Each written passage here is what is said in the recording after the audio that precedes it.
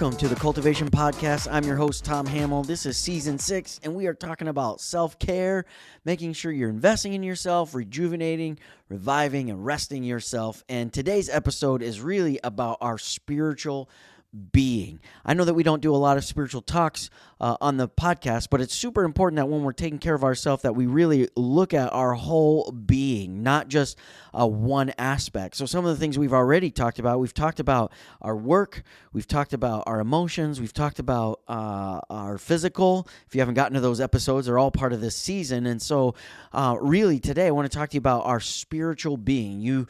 I don't know where you're at on your spiritual journey, on your faith, any of those kinds of things, but whether you know it or not, you are a spiritual being, and we have to take care of ourselves spiritually because it is a key component as to who we are as a whole person. So as we look at this idea of taking care of ourselves spiritually, again, I've tried to make this whole season really simplistic and really about the application or the action steps that we need to take care of ourselves and invest in ourselves so that we can show up the best version of ourselves to impact others and to give of ourselves to others in a major way. I absolutely believe that a part of our purpose in this world is our spiritual being. And our purpose isn't really even just for ourselves. Our purpose is really to make an impact on everyone else. And so literally, the world is waiting for you to step into your purpose, awaken to that greatness that's within you.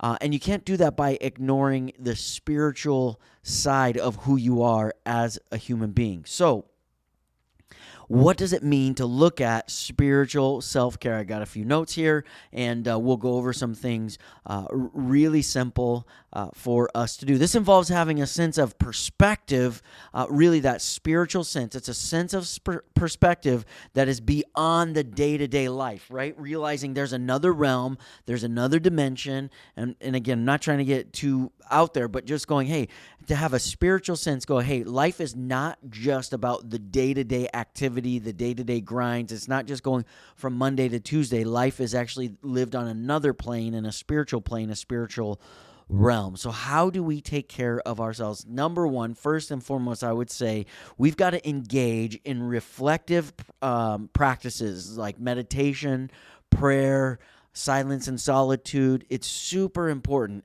especially in this Western culture society where the rat race is going. We need that place where we can go and we can meditate in silence, solitude, prayer, reflection, all of those kinds of things. How do we do that? Really, for every person, it's different.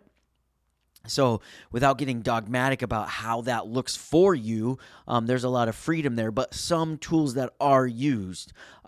It's journaling. You've heard me talk about that before. I'm not the greatest at journaling, so that's super important that you understand that. It's the silence and solitude. It is getting away. Sometimes that idea of, we would use it's an old term, but the idea of a pilgrimage or a journey. And so maybe part of your spiritual retreat would be that you're going to go somewhere. Perhaps it's to the beach. That's a great place. Maybe it's to the mountains, right? It's somewhere where you go to get away from your day-to-day grind or activity. Now, ideally, you need to do this on a regular basis. If you can do it daily. I know that for me, part of my daily rhythm is I wake up at 5 a.m. every day, and I have just a few moments of quiet, reflective time in the morning at the dining room table where I'm by myself, and it's just my kind of zone in reflection, meditation time, prayer time, that sort of thing. And so I have a rhythm, I have a system that I do that, and you know, that gets me through. But then there are those times where you have to get away and you have to kind of take it to the next level. But I know that that's not for most of us in life, that's not really something we can do regularly, maybe because of our schedule or the cost or our obligations to family and work, that sort of thing. So how can you have both a daily routine and then maybe it's once a quarter, once every 6 months, once a year, where you go, hey, I'm going to go get away for some quiet, reflective meditation time. Super, super important. But it's not just about personal reflection. It's also about personal growth. So how do you grow yourself spiritually? How do you challenge yourself spiritually? I do that in two ways. And again, you'll have to apply this to where you're at in your faith and in your journey. But I read scriptures every single day or listen to them on audiobook. That sometimes is a little bit more reflective for me to hear those and let them get into my mind, into my spirit. But every day there is a daily discipline of trying to have scriptures into my heart, into my mind, into my soul, because I'm trying to do that spiritual self-care. Also, listening to sermons, watching sermons, studying sermons, those kinds of things, allowing someone else's perspective to challenge me. Here's the thing that I intentionally do. I don't necessarily only listen to sermons that are from people like me. You can take that however you mean, but I'm trying to stretch. I'm trying to challenge. I'm trying to grow. And sometimes what we tend to do is we tend to rinse and repeat the same stuff. And while that's great and it reinforces and it helps entrench those things in our mind, it also can stagnate growth because now it's just rinse and repeat. So how are you challenging yourself to see things from a different perspective, see things from a new lens, a new angle, and a lot of time listening to a good variety of sermons or preachers or church services. Again, I'm looking at this through a Christian, Jesus-following perspective. That's who I am. I don't make any bones about that. Again, I don't talk necessarily in depth about that on this podcast, but it is who I am, and it is a key foundation to what I believe is very important for our self-care and specifically our spiritual care. So super important. There's tons out there, tons of podcasts, but some of my favorites I would say are Mark Batterson. That's a favorite. You can listen to him. T.D. Jakes is always amazing. Bishop brings it every single time. Andy Stanley is really good. Up in the Northwest is, man, why am I drawing a blank on his name right now? And I listen to him all the time. It'll come to me. I'll bring it back to you. But anyways, lots of people that are out there. There's also some incredible ladies that I listen to. I know that sometimes pastoring seems like it's a man's world, but it's really not. So there's incredible women ministers that are great to listen to as well. I don't have these in my notes, so I'm literally saying this off the cuff, so maybe I'll put some in the show descriptions as to who that is and who you should listen to, because then I don't have to just memorize it. I put myself on the spot and I failed. But I'm excited to announce to you today the launch of a new curriculum that we're doing as a follow-up to my book, The Life You're Meant to Lead. It's 12 weeks on stepping into your purpose and how to take action steps and applications to leading yourself. We cover a lot of topics about dreaming, having the right mindset, surrounding yourself with the right people, lots of things. How do you get to it? You can go to our website, ourcultivatedlives.com, or click in the description of my bio below. Nonetheless, the next thing I would say is not just listening to and absorbing the information, but actually going to church. Going to church, there is something really incredible and powerful about being in a live, in-person experience. And I know that the world is kind of coming out of and has come out of COVID, and so some of our rhythms, our routines, our habits have changed. But I would just say we were built for community. We're built for interaction. Our soul, our spirit person is built for community and interaction as well. And so being live and in person and really soaking up the energy of the environment and of the atmosphere is super important to taking care of and feeding and watering our souls or our spirit person. And so I would encourage you that if you haven't been to church in a while in person, that you check that out. You need to go pay that a visit. And maybe you're not a person of faith, or you just are kind of exploring that. And I would say, go check out a church. Go sit in that environment and go there not for the show or not to criticize the presentation or even the message, but literally go there with the mission, the goal of feeding your spirit, feeding your soul. And watch what happens when you kind of change that mission, change that perspective. Here's the thing that I know, and I'll just say this about church. I know that there's no church that's perfect because there's imperfect people there. Church actually wasn't built for perfect people. So if you have been burnt or hurt by the church because of various criticisms, and I know that there's all kinds of criticisms, and some of them are accurate, and some of them are exaggerated by our own feelings, and we all have those. I would just, have to say that straight up front. We all have those things, but here's the deal. Church was actually built for imperfect people, that's you and I, on a journey. And so, there's going to be some flaws at whatever church you go to. Now, the question is, what are you going for? What are you looking for? Because you're going to get whatever you find. If you think all church ever talks about is money, guess what? When you go there, you're going to find that because that's what you're focusing on. That's what you're looking for. If you go there thinking that you're going to feed your soul, you're going to feed your spirit, you're going to take care of your spiritual self, that's what we're talking about here today, guess what? That's what you're going to find because you're going to get what you're looking for. And so I would just encourage you that if you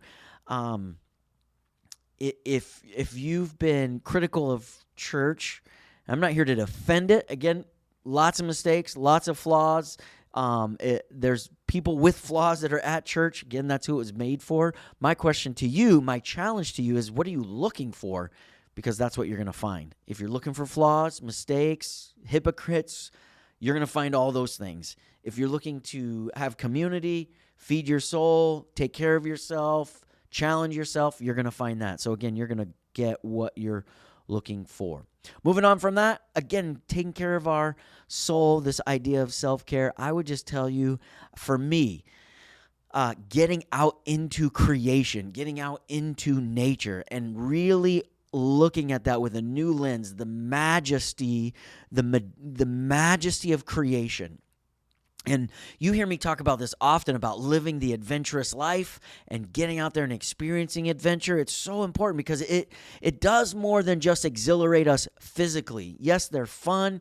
Yes, they're great, but it really does do some spiritual self-care. So whether that's a hike through the mountains, and again, some of these things that you've heard me talk about, I've climbed to the top of Half Dome in Yosemite. I have been a part of active volcanoes. I went skydiving. I don't know if I would recommend that one, but I did it at least one time, right? But really the thing I would say, taking care of your soul is can you do something new? Can you do something for the first time? It's an awakening that takes place when you learn something new, when you do something new, when you experience something new. There's an awakening that takes place, and it's amazing how much that will take care of our spiritual self.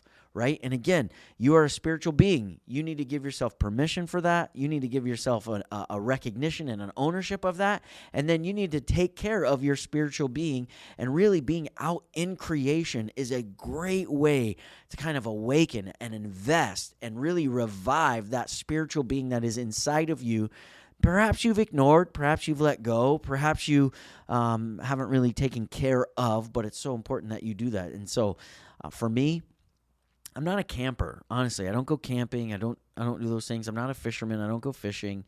I don't go hunting. But man, I just love to be out into creation. And I love to experience new pieces of creation. I love to just kind of even go look at man's creation. If you're going to go look at buildings, and if you're going to go look at some of the architect and some of those things, and really just be in awe of that powerful spiritual being that is inside of all of us. We can recognize it. We can honor it in one another.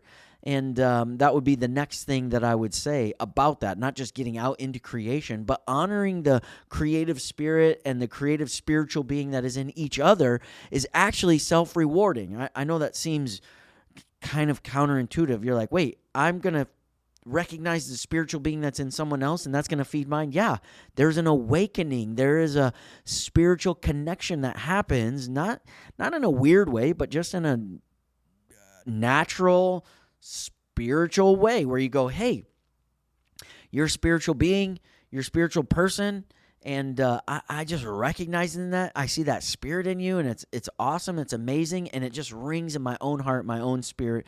And so it's super, super important that you experience really the majestic nature of creation. It's really powerful. Go whitewater rafting. Watch the waves crash on the ocean. Again, check out the trees and think about that. Look at the flowers. I mean, there's lots of things. We don't worship creation.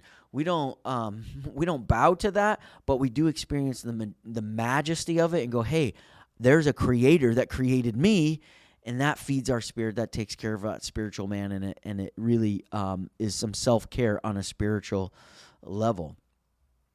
The other thing I would encourage you with is, can you have some spiritual conversations with people?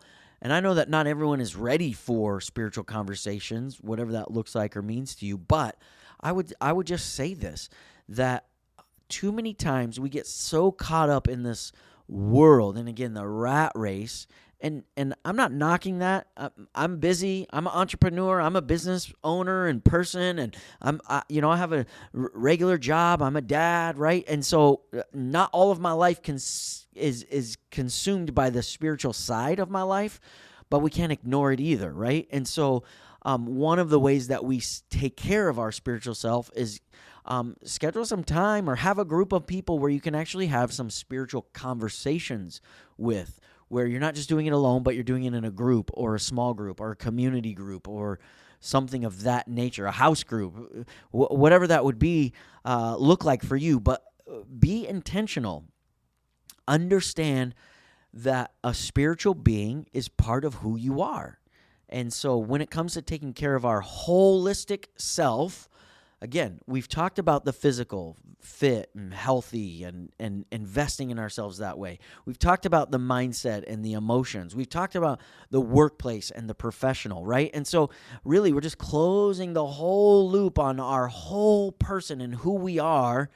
And it matters, and your spiritual being matters, and you need to go on a spiritual journey, not in isolation. No part of who we are as a person is built for isolation. We are built for community on every single level. That includes our spiritual being level. And so once you know that and you take personal responsibility for it and then put some action steps to it, one of those things is I need a spiritual community group where we can have these kinds of spiritual conversations and explore things and see what awakens inside of you. It's really, really important. And then really, I'm not here to keep you long, but I want to just close with this. This is where my spiritual anchor is at. This is where I'm at. You may or may not believe what I believe. That's okay. My beliefs don't require you to, but I would be amiss if I didn't share with you really where the anchor of my spiritual life is at. And that is, I have faith in Jesus.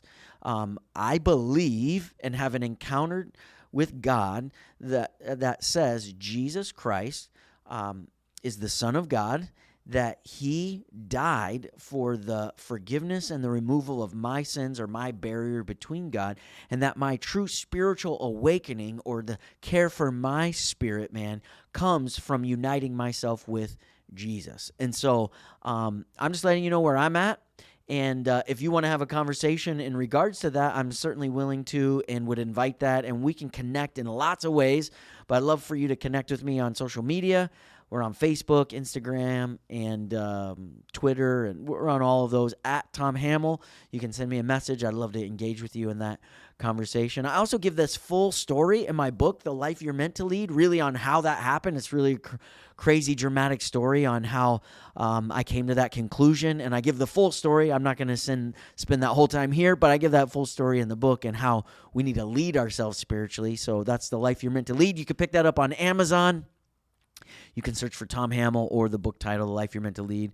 Or you can go to our website, ourcultivatedlives.com, and you can pick that up there. I'd love for you to hit the subscribe button to this episode so you get this and all of our episodes. We are now in, again, Season 6, so we are pumping out the episodes, the content to hopefully add value to your life.